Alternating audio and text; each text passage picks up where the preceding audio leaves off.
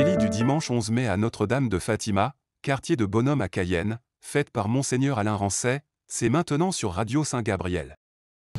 Alors mes enfants, vous avez entendu la fin de l'évangile. Jésus dit, à propos de ses disciples, il dit, pour eux je me consacre moi-même. Alors on traduit parfois je me sanctifie moi-même, mais ça veut dire la même chose, se consacrer. Et ensuite il dit que eux aussi soient consacrés dans la vérité. Alors qu'est-ce qu'il entend par là? Dans l'Ancien Testament, quand on parle de consécration, de sanctification d'objets ou de personnes, eh bien c'est très simple. On fait une onction d'huile sur eux. Alors si c'est le prêtre, le prophète et le roi, on dit, à partir du moment où ils ont reçu l'onction, ils sont à Dieu. Ils appartiennent à Dieu. C'est un homme de Dieu. Le prophète, David, le roi David, ou le prêtre, il appartient à Dieu, puisqu'on lui a fait l'onction. Il est passé dans la sphère de Dieu. Pareil pour un objet. Tu prends un objet quelconque, tu prends un vase quelconque, tu l'oins avec une onction d'huile, ça devient un vase sacré. Ça veut dire un vase consacré, un vase sanctifié, un vase qui appartient à Dieu, qui est dans le domaine de Dieu. Et si quelqu'un, par exemple, dans l'Ancien Testament, se déclarait prêtre alors qu'il n'a pas reçu l'onction, on dirait c'est un imposteur. Ou bien il se déclare roi, il n'a pas reçu l'onction, c'est un imposteur. Il se déclare prophète, il n'a pas reçu l'onction, c'est un imposteur. Il faut d'abord recevoir l'onction. Et dans l'Ancien Testament, l'onction, elle est liée à l'Esprit Saint. D'ailleurs, c'est pour cela que Jésus dit, quand il va commencer son ministère, « L'Esprit du Seigneur est sur moi parce qu'il m'a consacré par l'onction. » Vous connaissez ce passage que Jésus cite? Il cite Isaïe 61. Donc il cite ce passage de l'Écriture, du prophète Isaïe, où on voit bien qu'il y a un lien entre consécration et Esprit Saint. C'est l'Esprit Saint en fait qui sanctifie. C'est l'Esprit Saint en fait qui consacre. Quand on fait l'onction sur un objet ou sur une personne, c'est pour que l'Esprit Saint descende sur cette personne et fasse passer cette personne du monde profane au monde de Dieu.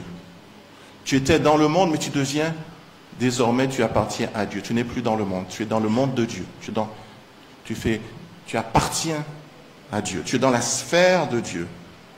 Et tout à l'heure, qu'est-ce qui va se passer avec les jeunes? Ils vont recevoir l'onction du Saint-Crème. C'est une consécration, les enfants.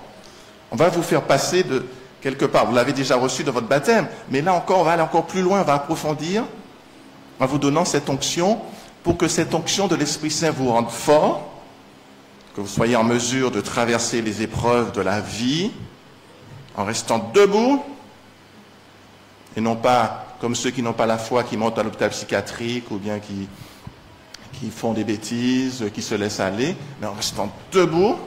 L'Esprit Saint va vous donner de la sagesse pour, voilà, si vous l'invoquez, il va vous éclairer pour vous montrer comment sortir de situations compliquées. Vous voyez, il va vous donner de comprendre les choses de Dieu davantage, l'esprit d'intelligence. Il va vous donner aussi, il va vous conduire, vous inviter à ne pas laisser tomber Dieu. Le don de piété, ça veut dire rester en contact avec Dieu. Vous savez, les enfants, c'est comme pour nos parents. On ne doit jamais les abandonner, même quand ils sont très vieux. On ne doit jamais les abandonner, parce que c'est ça le don de piété. Un enfant qui a la piété, c'est un enfant qui est reconnaissant envers ses parents jusqu'au bout, même quand ses parents sont très, très, très âgés. Continue à être, il est reconnaissant. Il a la piété filiale, piété envers son père, envers sa mère. Bon, évidemment, je parle de parents normaux. Bon, si c'est des parents qui vous ont, pas de parents toxiques, mais les parents normaux, ils méritent, même s'ils ont leurs péchés, ils ont leurs défauts. Personne n'est parfait. Mais ils méritent la piété. On a toujours un respect filial. On ne parle pas n'importe comment à ses parents. On n'élève pas la voix sur ses parents. Vous voyez? Alors, je ne parle même pas de lever la main sur ses parents, c'est une abomination. C'est une abomination. C'est quelque chose de monstrueux. Respect, piété pour les parents. Mais de même pour Dieu, qui est notre Père, qui est celui par qui toutes choses ont été faites, qui nous a donné la vie, l'existence, et qui a envoyé son Fils pour nous. Et qu'est-ce qu'il a fait son Fils? Il était consacré dès le début, puisque c'est par l'onction, c'est par l'Esprit Saint qu'il est venu au monde. Et puis, de toute façon, il fait partie de la Sainte Trinité. Il est uni au Père par l'Esprit. On ne peut pas être plus consacré que ça, que Jésus. Et quand il se fait homme, cette humanité de Jésus de Nazareth entre dans la sphère de Dieu. Elle est totalement consacrée, puisque c'est le Verbe, la deuxième personne de la Trinité, qui est la personne de ce corps. Jésus, il a une nature humaine, corps et âme humain, mais il a aussi une nature divine, parce qu'il vient du Père, il est déjà Dieu de toute éternité, et il vient dans le temps, et il prend notre nature humaine. Mais c'est le même Jésus, c'est la même deuxième personne de la Sainte Trinité, qui a la double nature. Donc cette nature humaine, tout son corps, son âme, son sang, tout ça est consacré d'emblée. Et pourtant, il dit, pour eux, je me consacre moi-même. Qu'est-ce que ça veut dire? Puisqu'il est déjà consacré de toute éternité, en tant que deuxième personne de la Sainte Trinité, en parfaite communion avec le Père dans l'Esprit Saint. Et que son humanité elle-même est consacrée dès sa naissance, dès sa conception, pardon. Comment a-t-il besoin d'être encore davantage consacré? En fait, ce que Jésus nous dit, c'est qu'il y a deux mouvements dans la consécration. Il y a quelque chose qui est passif, on reçoit l'onction, on reçoit cette consécration, on reçoit, tout à l'heure vous allez recevoir cette onction. Mais il y a aussi une réponse. Il y a aussi, je reçois, mais je dois aussi répondre. Je suis consacré, mais je dois me consacrer. Tu comprends? C'est comme dans un mariage, tu es épousé par ton conjoint, mais tu dois l'épouser en retour. Vous voyez, quand on échange les consentements, qu'est-ce qui est dit? Je te reçois comme épouse et je me donne à toi pour t'aimer fidèlement dans le bonheur ou dans les épreuves, dans la santé ou dans la maladie, tout au long de notre vie. Et le conjoint répond, la conjointe, eh bien moi aussi je te reçois comme époux et je me donne à toi pour t'aimer fidèlement dans le bonheur ou dans les épreuves, dans la santé ou dans la maladie, tout au long de notre vie. Le mari épouse, mais il est épousé. Il y a deux mouvements. Voilà. Il accueille le don de sa femme, mais il se donne à sa femme. Et la femme accueille son mari, mais elle se donne aussi à son mari. Il y a deux trucs, il y a deux mouvements. Il y a un mouvement passif, on reçoit, mais il y a aussi un mouvement actif, on se donne. Dans la consécration, c'est la même chose. Je peux très bien être consacré et ne pas me consacrer. Je peux très bien recevoir mon ministère, par exemple de prêtre et d'évêque, et ne pas me consacrer en retour. Ne pas être fidèle à mes engagements. Vous comprenez ça? Judas avait reçu la consécration apostolique. Il était évêque. Mais il ne s'est pas consacré à Jésus. Il a été consacré, mais il ne s'est pas consacré en retour. Il s'est consacré à l'argent. D'accord? Il s'est consacré à l'argent. Et c'est pour ça qu'il a été amené à trahir Jésus. Donc on peut très bien recevoir la consécration et ne pas se consacrer. C'est pourquoi Jésus nous dit, pour eux je me consacre moi-même, afin qu'eux aussi, ils puissent se consacrer dans la vérité. En toute vérité, pas en mensonge, pas devant pour couillonner les gens, en vérité, là où Dieu seul voit. C'est Dieu qui voit, c'est Dieu qui sait. Ce n'est pas les hommes. Hein. Ils croient savoir, ils ne savent rien du tout. Ils ne savent pas ce qui se passe à l'intérieur. Dieu le sait. Il sait si c'est une coquille vide qui a l'aspect d'un œuf, mais il n'y a rien dedans. Ou si c'est une coquille qui est remplie du blanc et du jaune, qu'on pourra manger en œuf dur, en œuf au plat, à toutes les sauces. Il sait. On ne le couillonne pas, lui. On couillonne les hommes. On ne couillonne pas Dieu.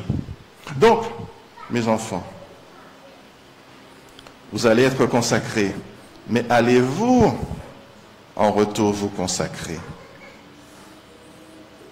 Jésus s'est consacré lui-même, et c'est passé par quoi, mes enfants? C'est passé par la passion et par la croix. C'est passé par des moqueries, par des insultes, par des crachats, alors qu'il était dans la vérité, dans l'amour, et qu'il répondait à l'appel de son Père de nous aimer jusqu'au bout. Il nous a aimés jusqu'au bout. Et comment on l'a traité? Insulté, craché dessus. On l'a expédié de là où il venait. Sur la croix. Retourne vers ton Père, dégage. On n'a pas besoin de toi ici.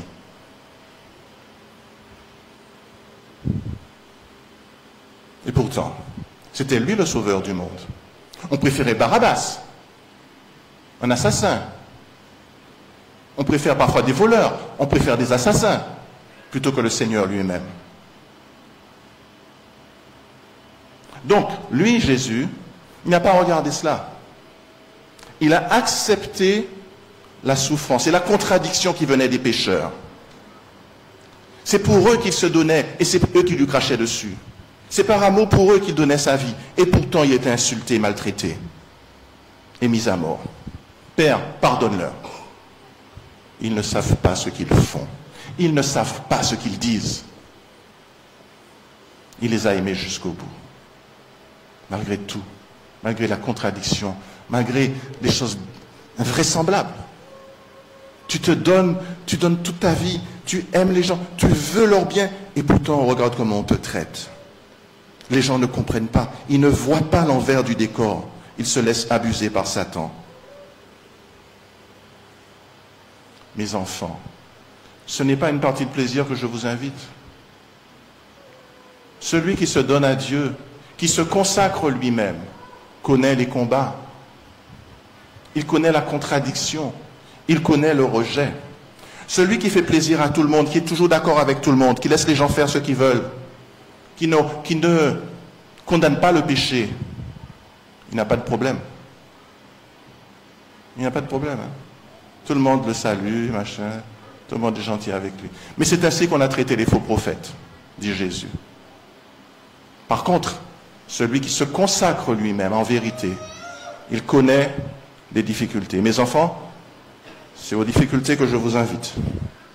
Mais avec la force de l'Esprit Saint. Avec la force de l'Esprit Saint.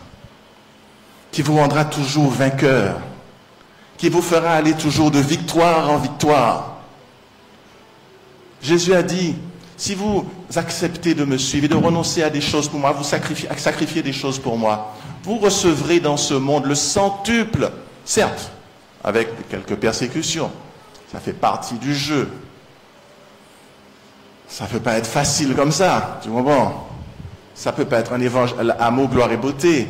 Il y a des gens qui prêchent ça, hein, chez nos certains frères évangéliques qui prêchent l'amour, gloire et beauté, tout est facile, il n'y a pas de problème, bénédiction, grâce, abondante richesse. Bon, c'est pas l'évangile complet, ça c'est un évangile light, comme il y a le Coca-Cola light. C'est un évangile sans la croix. Évidemment, et ça c'est light. L'évangile de Jésus-Christ, c'est quoi? Celui qui veut être mon disciple, qu'il renonce à lui-même, qu'il prenne sa croix et qu'il me suive. Voilà la formule 100%, voilà, non light, la formule complète. C'est avec la croix. La formule light sans la croix, c'est pas l'évangile véritable. C'est pas l'évangile complet. C'est un évangile édulcoré pour couillonner les gens, pour prendre l'argent des gens. Mes enfants, vous allez recevoir la consécration, l'onction du Saint-Crème. Mais êtes-vous prêts à vous consacrer à Jésus? Mes enfants, savez-vous que parfois je fais des retraites de préparation à la confirmation chaque année. Et il y a une soirée où on fait un temps fort. Et je dis maintenant, frères et sœurs, les jeunes et les moins jeunes qui sont là, je leur dis, maintenant ceux qui veulent donner leur vie à Jésus, ceux qui veulent accepter Jésus comme le Seigneur de leur vie, qu'ils se lèvent. Et je vais prier spécialement pour eux. Tout le monde ne se lève pas. Hein? Ils acceptent, tout le monde accepte que Jésus soit comme sauveur, que Jésus nous sauve de la mort, de nos problèmes. Tout le monde accepte Jésus sauveur. Il n'y a aucun problème là-dessus. Par contre, accepter Jésus Seigneur, ça ne marche pas. Pourtant, les gens à qui je pose la question, ils ont déjà vu Jésus agir. Ils ont vu des guérisons parmi eux.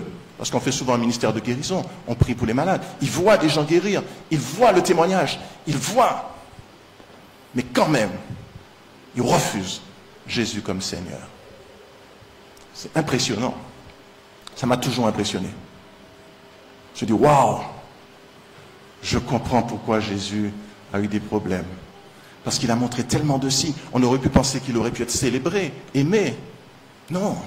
La foule s'est relevée contre lui. Crucifie-le, crucifie-le. Pourtant, ils ont vu les signes. On nous a au moins entendu parler, au moins. Crucifie-le, crucifie-le. Impressionnant.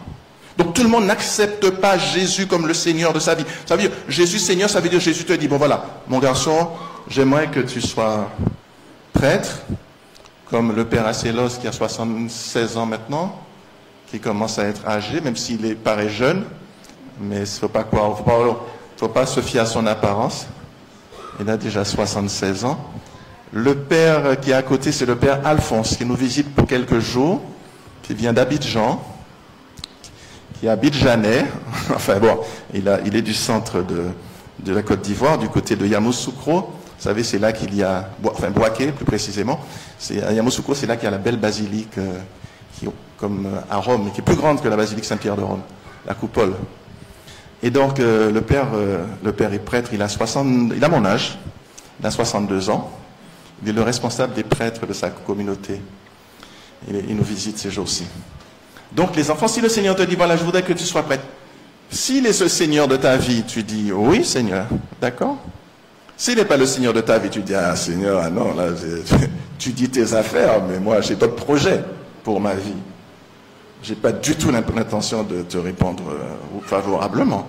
Cherche quelqu'un d'autre. Tu vas peut-être trouver quelqu'un parmi mes copains là. Essaie avec un tel. Peut-être que tu auras plus de succès qu'avec moi. Si Jésus est le Seigneur de ta vie, te dit, ma fille, je t'appelle à te marier. Tu dis, ah d'accord Seigneur, bien c'est ok, parce que moi je sentais aussi ce désir de me marier. Et puis tu vois un garçon, un beau garçon, cool, tu dis, ben voilà, c'est celui-là que je veux. Mais non, Jésus n'est pas le Seigneur de ta vie si tu fais ça. Il faut dire, Seigneur, quel est le mari que tu as prévu pour moi? C'est comme ça que ça marche. On ne va pas sortir avec des garçons comme ça à droite et à gauche, parce qu'il me plaît, ça marche un an, ça marche quelques mois, ensuite on passe à un autre. Non, non, ça, non, c'est pas. Jésus n'est pas le Seigneur de ma vie si je fais ça. Si Jésus est le Seigneur de ma vie, je dis, Seigneur, si tu m'appelles, je ressens dans mon cœur que tu m'appelles au mariage, je commence à prier tous les jours pour mon futur conjoint. Tous les jours, je prie pour mon futur conjoint. Je dis, Seigneur, s'il te plaît, ne permets pas que la fille que tu as choisie pour moi tombe dans les bras d'un tocard, hein, s'il te plaît. Protège-la, qu'elle ne tombe pas dans les bras des autres messieurs, parce que c'est pour moi que tu l'as créée. Alors protège-la bien, et puis permets qu'on puisse se rencontrer le plus rapidement possible, s'il te plaît. Alors comment ça marche, un chrétien qui accepte Jésus comme Seigneur de sa vie? Il ne sort pas à droite à gauche, parce que s'il sort à droite à gauche avec les gens comme ça, et si ton mari, le vrai que Dieu a choisi pour toi, passe et puis te voit dans les bras de notre monsieur, avec tatouage et compagnie, tout ça. Excusez-moi ceux qui ont des tatouages.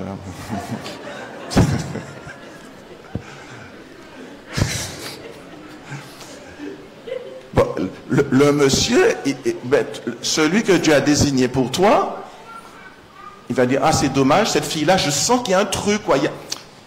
Il y a un truc, elle me frappe au cœur, cette fille-là, je sens un truc pour cette fille-là. Malheureusement, elle est dans les bras d'un monsieur.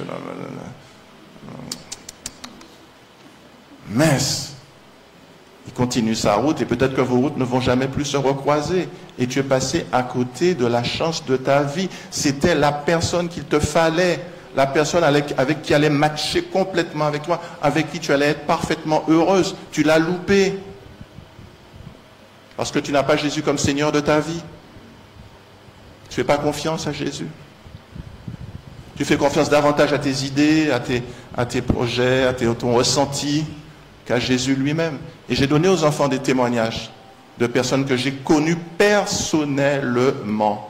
Je ne raconte pas des choses. On m'a dit personnellement. Personnellement. Des gens qui ont fait confiance à Dieu, qui ont obéi à Dieu. Et ils ont vu la gloire de Dieu. Ils ont vu la gloire de Dieu. Je pense à une de mes paroissiennes. Je disais aux jeunes, elle n'aurait pas gagné un concours de beauté, c'est vrai. Mais, beauté extérieure, mais beauté intérieure, top modèle. En matière de beauté intérieure, top modèle. Ça veut dire qu'elle avait des parents cathos, dès son plus jeune âge, avec ses frères et sœurs, les parents, après la messe, faisaient la tournée, ils étaient dans la bâchée derrière, faisaient la tournée des malades pour apporter la communion pour les malades. Tous les dimanches, après la messe. Tous les malades du quartier. Ils ont été formés comme ça, dans l'église, avec papa et maman, croyants. Ils ont grandi là-dedans, dans les chorales, dans les activités. Une fille droite, pas un pas de travers, ni à droite, ni à gauche, droit.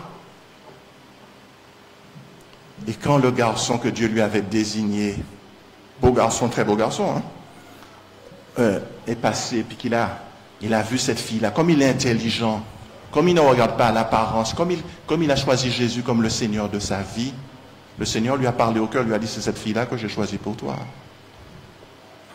Et il est allé vers la fille, lui a dit, est-ce que tu acceptes de m'épouser? La fille a commencé à pleurer, à pleurer, à pleurer, à pleurer. Elle a pleuré tellement. Elle ne s'attendait pas du tout à ce que ce garçon-là la demande en mariage comme ça. Et ils ont fait un très très beau mariage. Un super mariage. C'est Dieu qui les a réunis. J'ai connu un autre couple, mais ils étaient beaucoup plus anciens. La mort est déjà passée depuis. Je les ai connus depuis ma jeunesse, enfin pendant très jeune. Et c'était un couple extraordinaire. C'est pareil. Alors là, la différence, c'est que cette fille-là, c'était justement une top modèle, extérieurement. C'était une top modèle, et elle habitait dans les faubourgs de Fort-de-France, en Martinique, et tous les gros mulâtres, les gens riches de Fort-de-France, les fils à papa qui avaient beaucoup de fric, la courtisaient. Parce que vous savez, les gens très riches, souvent, ils cherchent des top modèles. Vous êtes au courant, les enfants? Ils cherchent des top modèles. Par exemple, les footballeurs, par exemple, là, ils se marient avec des top modèles. Hein. Il y a Benzema épousé une top modèle martiniquaise. Bon, c'est voilà. Donc, en fait, tous les gars étaient après elle. Mais elle n'avait pas que la beauté extérieure, justement. C'était aussi une croyante. Parce que la beauté extérieure, ça passe vite, hein, vous savez, c'est un petit moment après, vous vieillissez. Je ne vais pas vous montrer des photos de moi quand il y a 30 ans, mais bon, vous aurez vu qu'il y a une différence. Alors, tout ça pour dire que cette fille-là, après, ils étaient à une conférence de carême. Et après la conférence de carême, tous les deux, ils étaient à la conférence de carême. Ils prennent le bus et ils sont debout dans le bus, il y a beaucoup de monde. Et ils discutent de la conférence de carême. Et finalement, ils descendent au terminus. Et le gars dit, on ne peut pas prendre un petit pot, on pourrait prendre un pot. Ils discutent. Et à la fin, ils échangent leur adresse. Voilà, c'est pas l'adresse mail. Ça n'existe pas à l'époque. Il n'y a pas d'adresse mail. Il n'y a pas de numéro de téléphone portable. On est à la fin des années 50. D'accord? Donc, dans les années 50, même le téléphone fixe est très, très, très, très rare. Ça n'existe pas. Sinon, dans les postes, bon, c'est très compliqué. C'est plutôt le télégraphe. Donc, ils échangent l'adresse postale. Et quelques temps après, ding, ça sonne. Elle sort sur le perron de la villa qu'elle habitait. C'était une famille bourgeoise. Hein. Il y a une allée, il y a le portail, il y a un petit jardin, et puis il y a le portail en face. Et elle voit le garçon. C'était un Martiniquais lambda. C'était pas un gros mulâtre, c'était rien de tout ça. Un Martiniquais lambda. Un gars ordinaire. Sans richesse, sans rien. Et dans son cœur, voici ton mari. Comme Jésus était le Seigneur de sa vie, c'était pas le gars qui allait lui amener des richesses, c'était pas le gars qui était canon de beauté, mais c'était son mari. Comme elle avait Jésus comme Seigneur de sa vie, qu'est-ce qu'elle a fait? Elle a épousé le gars. Et vous savez, je disais aux enfants, là, les enfants se souviennent parce qu'ils ont bonne mémoire, ils avaient 5 enfants, comment est-ce que les enfants appelaient leurs parents? Les amoureux. Les amoureux. Les amoureux. les 5 enfants, quand ils parlaient de leurs parents, ils disaient « Ah, les amoureux ». Chers frères et sœurs, vous savez qu'on peut couillonner les gens de l'extérieur. C'est facile. C'est facile de couillonner les gens de l'extérieur, de donner une apparence extérieure. Dans tous les domaines, en particulier dans le domaine du couple. Tu fais « Ah, ma chérie, ceci, oh, tu peux me prendre le verre, s'il te plaît, pour notre invité? Oh, chérie, prends-moi ça. » Mais quand les gens sont partis, on se déchire, hein, on s'insulte. Hein. C'est des jurons. Hein. Il n'y a plus de chérie. Hein. Tandis que les enfants qui sont dans la maison, on ne peut pas les couillonner. Et donc, quand les enfants te disent que leurs parents, c'est des amoureux, c'est vraiment des amoureux. Et c'est la mort qui a mis un terme à cette affaire-là. Après environ 60 ans de mariage. C'est la mort qui a arrêté ça. Parce que c'était des éternels amoureux. Pourquoi? Parce qu'ils avaient Jésus comme le Seigneur de leur vie. Vous voyez? Quand Jésus est le Seigneur de ta vie, il fait exactement ce qui est bon pour toi. Il te guide sur le bon chemin et il te donne, tu ne rates aucune opportunité de ce qu'il a prévu pour toi. Et tu vas de succès en succès, de gloire en gloire. Ça ne veut pas dire que tu n'auras pas des épreuves, mais tu auras la force de les traverser. Tu auras la grâce pour les traverser. C'est ça le don de l'Esprit Saint, le don de force et tout ça. Tu auras ce qu'il faut pour traverser l'épreuve. Mais tu iras de victoire en victoire. Parce que Jésus est le Seigneur de ta vie. Et il ne peut ni se tromper, ni te tromper, ni nous tromper. Alors mes enfants, vous allez recevoir la consécration maintenant du Saint-Esprit. Mais allez-vous vous consacrer au Seigneur?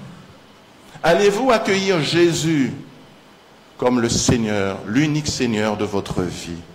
Acceptez-vous de lui obéir et de faire ce qu'il va vous demander? Parce que ce qu'il va vous demander, c'est pour vous-même. C'est pour votre épanouissement personnel. Et c'est pour que vous puissiez porter davantage de fruits, beaucoup de fruits, pour que votre vie ait du sens, pour que votre vie soit une bénédiction pour les autres. Vous voyez?